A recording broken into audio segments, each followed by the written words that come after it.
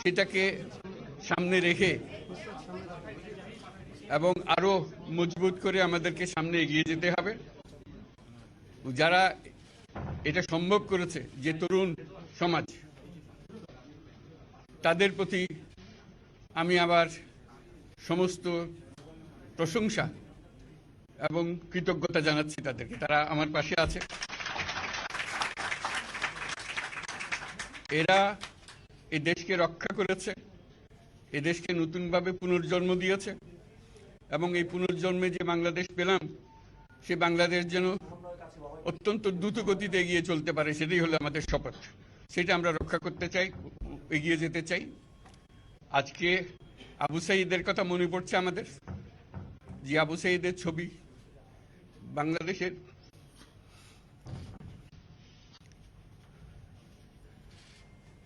প্রতিটি মানুষের মনে গেঁথে আছে, এটা কেউ ভুলতে পারবে না। কি অবিশ্বাস্য একটা সাহসী যুবক, বন্দুকের সামনে দাঁড়িয়ে আছে, এবং তারপরে থেকে কোন যুবক, কোন যুবতী আর হার মানে নাই, সামনে গিয়ে আছে এবং বলছি যত গুলি মারো, মারতে পারো, আমরা আছি। তো যার কারণে এটা সারা বাংলাদেশ জুড়ে এই আন্দোলন ছড়িয়ে গেছে, এবং যার কারণে বাংলাদেশ এই দ্বিতীয়বার স্বাধীনতা অর্জন করলো। এই স্বাধীনতাটা আমাদেরকে রক্ষা করতেই হবে। শুধু রক্ষা করা নয়, এই স্বাধীনতার সুফল প্রতিটি মানুষের ঘরে পৌঁছাতে হবে, তা না হলে এই স্বাধীনতার কোনো দাম নাই। এই স্বাধীনতাটাকে পৌঁছানো হলে আমাদের শপথ, আমাদের যে প্রতিজ্ঞা, যে আমাদেরকে এটা করতে হবে, ঘরে ঘরে পৌঁছাতে হবে। মানুষ যেন জানে যে বাংলাদেশ স্বাধীন হওয়ার অর্থ হলো তার নিজের পরিবর্তন, ব্যক্তির পরিবর্তন, সুযোগের পরিবর্তন, তার ছেলে মেয়ের ভবিষ্যতের পরিবর্তন। এটা যেন প্রত্যেকে বুঝে নেয়, এবং আজকে তরুণ সমাজকে বোঝানো যে এই দেশ এটা তোমাদের হাতে, তোমরা এটাকে তোমাদের মনের মতো করে গড়ে তুলবে। তোমরা যেভাবে স্বাধীন করতে পেরেছো, তোমরা এটাকে তোমাদের মনের মতো করে গড়তেও পারবে, এবং তোমাদের দেখে সারা দুনিয়া শিখবে কিভাবে একটা দেশ, একটা তরুণ সমাজ গ্রহণ করতে পারে এবং তাকে পাল্টে ফেলতে পারে। তাদেরকে আমি বারে বারে এমনি উপদেশ দিই যে পুরনোদের বাদ দাও, তাদের এই পুরনো চিন্তা দিয়ে এটার মুক্তি আমাদের হবে না করি, সারা দুনিয়ার মধ্যে এটা হবে না। এটা শুধু বাংলাদেশের কথা না, সারা দুনিয়াকে জুড়ে কথা বলছি। তোমাদের মধ্যে যে শক্তি আছে, যে ক্রিয়েটিভিটি আছে, সৃজনশীলতা আছে, সেই সৃজনশীলতাকেও কাজে লাগাতে হবে। এটা শুধু বই খাতাতে লেখার জিনিস না, এটাকে প্রকাশ করার জিনিস, স্থাপন করার জিনিস, এটা করা। এটা আমরা এই আজকে আমাদের পুরো কাজটা হলো, দায়িত্বটা হলো, তারা যেটা অর্জন করে নিয়ে এসছে, এখন তাদেরকে দিয়ে এটাকে করিয়ে দেওয়া, আমাদের সমস্ত কাঠামোগুলো পরিষ্কার করে দেওয়া। সরকার বলে একটা জিনিস আছে, কিন্তু মানুষের কোনো আস্থা নেই। মানুষ মনে করে সরকার একটা দমন পীড়নের একটা যন্ত্র, যেখানে পায়, যেখানে সুযোগ পায় তার একটা কষ্ট দেওয়া, তার থেকে নিংড়ে দেওয়া, যে সকল স্তরে। এটা হলো তার থেকে কেমন ভাবে সামাল দিতে হবে তাকে, এটা ভয়ের একটা জিনিস, তাকে সামাল দিয়ে চলা, এটা হলো সরকার। এটা সরকার হতে পারে না। সরকারকে দেখে মানুষের বুক ফুলে উঠবে, যে আমাকে সাহায্য করবে, আমাকে রক্ষা করবে, আমার সরকার আমার জন্য দাঁড়াবে। সরকার তার জন্য দাঁড়ায় না কোনো সময়। যে সরকার হবে, সেই সরকার মানুষকে রক্ষা করবে, মানুষের আস্থাভাজন হবে। কেউ জোর করে তাকে বলার ভালো আছে, এটা না। সে নিজে নিজে বিশ্বাস করবে, সরকারি লোক দেখলে বলছে আমার লোক, আমাকে রক্ষা করার লোক। সেই আস্থাটা আমাদেরকে ফিরিয়ে আনতে হবে মানুষের মনে, তাহলে মানুষও যোগ দেবে এটাতে। মানুষ এখন পিছিয়ে থাকে যে কিসের মধ্যে আমাদেরকে ঢুকিয়ে দিচ্ছে। আমরা যেন জানতে পারি যে এইটা আমরা সবাই মিলে আমরা অগ্রসর হতে পারি। একটা বড়, সারা বাংলাদেশ একটা বড় পরিবার, এই পরিবার আমরা একসঙ্গে চলতে চাই, এবং আমাদের মধ্যে দ্বিধাদ্বন্দ্ব যা কিছু থেকে সরিয়ে ফেলতে চাই। যারা বিপথে গেছে তাদেরকে পথে আনতে চাই, যাতে করে একসঙ্গে আমরা কাজ করতে পারি।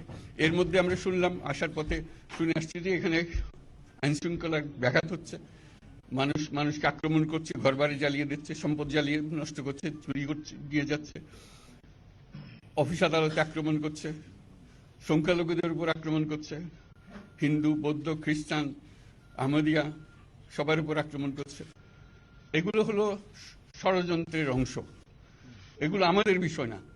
আমাদের কাজ হলো এটাকে রক্ষা করা, সবাইকে রক্ষা করা, এটাকে প্রতিটি মানুষকে, প্রতিটি মানুষ আমাদের ভাই, আমাদের বোন, তাদেরকে রক্ষা করা, এবং আমাদের একটা শৃঙ্খলা ফিরিয়ে আসা। বিশৃঙ্খলা, সহিংসতা, এগুলো হলো অগ্রগতির বড় শত্রু। আমাদের যে যাত্রা শুরু হলো সেই যাত্রার শত্রু। কাজে এই শত্রুকে যাতে রোধ করা যায়, তাদেরকে বুঝিয়ে শুনিয়ে হোক, তাদেরকে আইন শৃঙ্খলার হাতে দিয়ে হোক, এটা বোঝাতে হবে। তাকে মেরে পেটে এটা ঠিক না, আইন শৃঙ্খলা নিজের হাতে ঠিক না। তাকে আমাদের আইন শৃঙ্খলা বাহিনী এমন হতে হবে, তাদের হাতে সুপর্দ করলে আমরা নিশ্চিন্ত থাকবে তার একটা বিহিত হবে। এমনগুলো আমরা হাতে দিয়ে দিলাম, 2 টাকা দিয়ে আবার ছেড়ে দিল, এটা যেন আবার না হয়।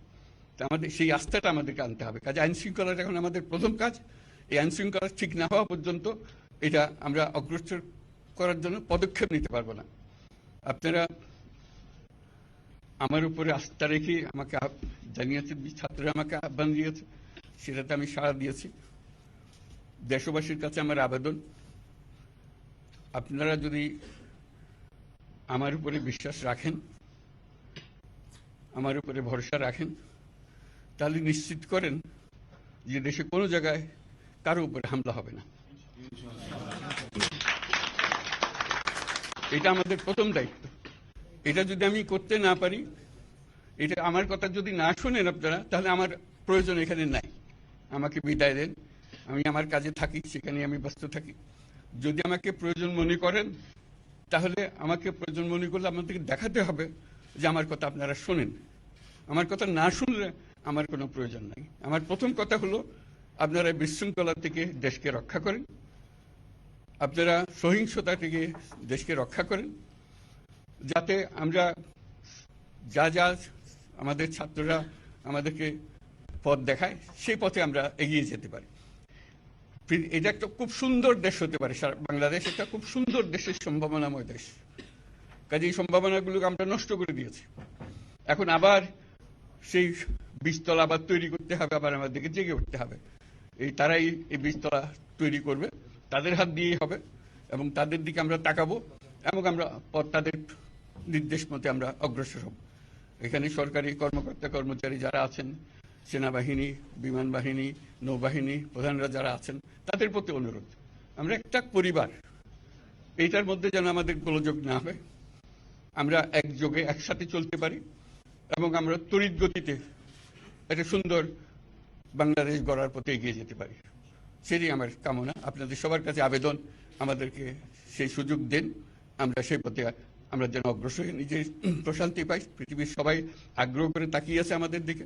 এখানে যখন ছাত্ররা রাস্তায় নেমেছে, পৃথিবীর সব জায়গা থেকে অভিনন্দন এসছে, যে তারা অবাক হয়ে গেছে। আমাদের তো গা শিউরে উঠেছে, প্রতিদিন যা হয়েছে অবিশ্বাস্য কাণ্ড। তাদেরও এটা স্পর্শ করেছে, তাদের তরুণরাও জেগে উঠছে আমাদের ছেলে মেয়েদের এই